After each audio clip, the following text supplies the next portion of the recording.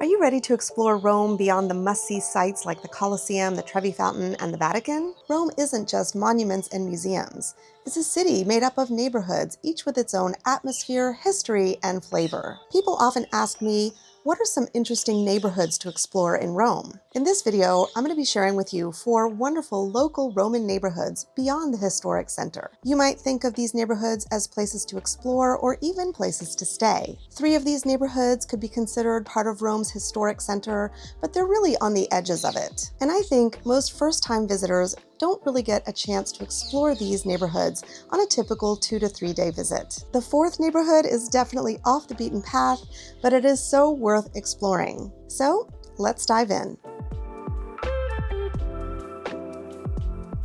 Rome's Jewish community is the oldest in Europe. Jews have lived in Rome continuously since the days of the Roman Republic. In Italy, as in other parts of Europe, the Jewish community has often gone through difficult times. In 1555, under the orders of Pope Paul IV Caraffa, the Jewish Ghetto was created, which segregated the Jewish people from the rest of Rome. During World War II, under occupied Rome, the Jewish community bore witness to a large deportation to Nazi extermination camps. A plaque stands today in front of the Roman ruins of Portico d'Ottavia, where the deportations took place. On that spot, you'll also find the entrance to the free Museum of the Shoah. As you walk around the neighborhood and many other parts of Rome today, you'll find plaques embedded in the floor called Stolperstein, which means stepping stones, commemorating those who never returned. Despite these horrific injustices, Jewish tradition and culture have thrived. Much of what we think of today as cucina romana or Roman cuisine is based on Jewish cuisine. And you can find plenty of restaurants today in the Jewish Ghetto where you can sample some of this Jewish cuisine, which is in fact Roman cuisine. Some of my favorite places to eat in the Jewish Ghetto include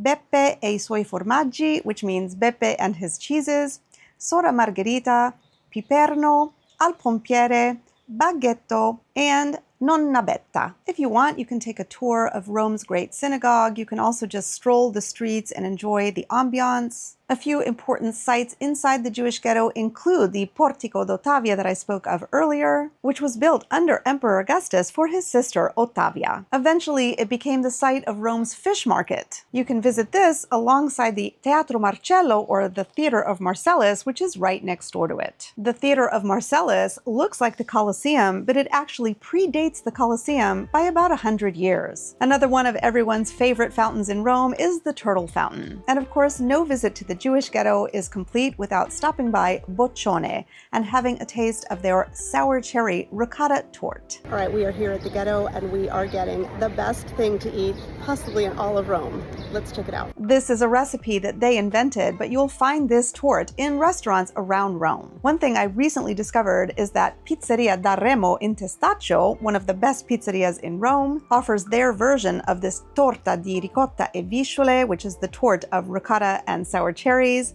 made with sheep's milk, not with cow's milk. So it's a little bit different. I actually love both versions, so you'll have to do some taste testing to decide which one you like better.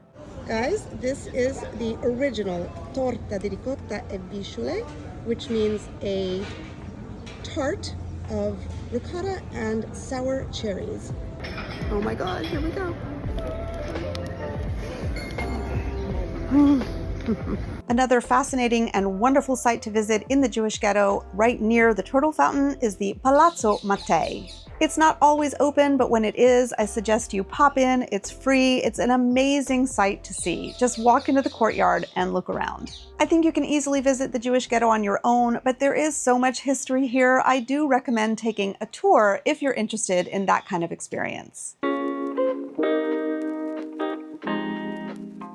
Another wonderful neighborhood to explore in Rome that I think most people don't have time for on a first visit is Trastevere. Trastevere literally means across the Tiber River. Now, it would be easy to use adjectives like bohemian, charming, off the beaten track, but Trastevere is so much more than that. This neighborhood has so much to offer and is actually so enormous that I made a dedicated video all about how to visit it. There are so many reasons you might visit Trastevere. It could be to check out some of the amazing history there. Maybe it's to visit some of the beautiful churches. It might be to shop at some of its quirky little boutiques or to check out the restaurants or the nightlife scene. And finally, Trastevere is just a beautiful place to get lost, stroll around, and I can guarantee you there are plenty of quiet places in Trastevere if you know where to look. And even though it's part of Trastevere itself, the Gianicolo Hill could be considered a separate visit. Either way, I really recommend checking out Trastevere on your next visit to Rome.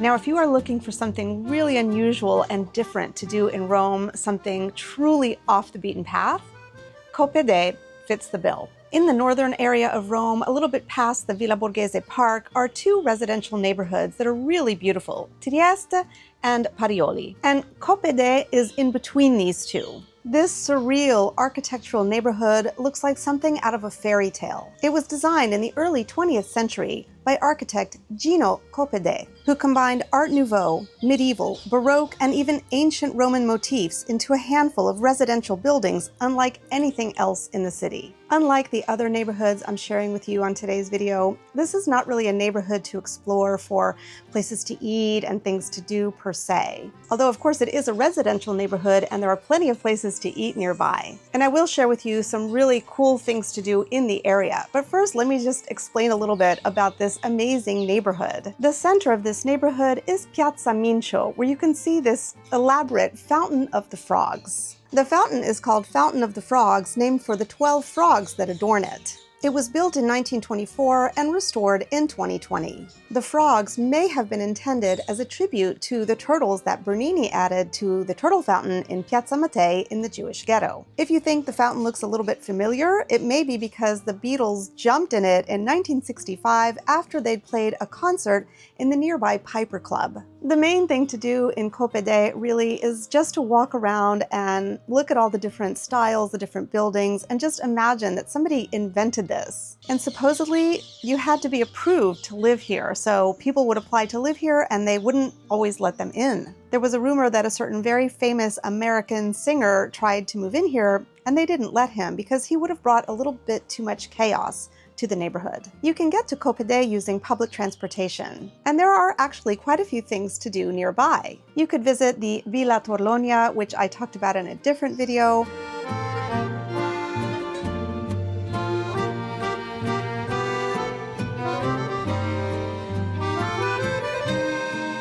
You could also visit the catacombs of St. Agnes Sant'Agnese and the stunning Mausoleum of Costanza. There are no hotels in Coppedè proper, but there are places to stay nearby, and if you were to stay in this neighborhood, it would be a quiet and special place to stay.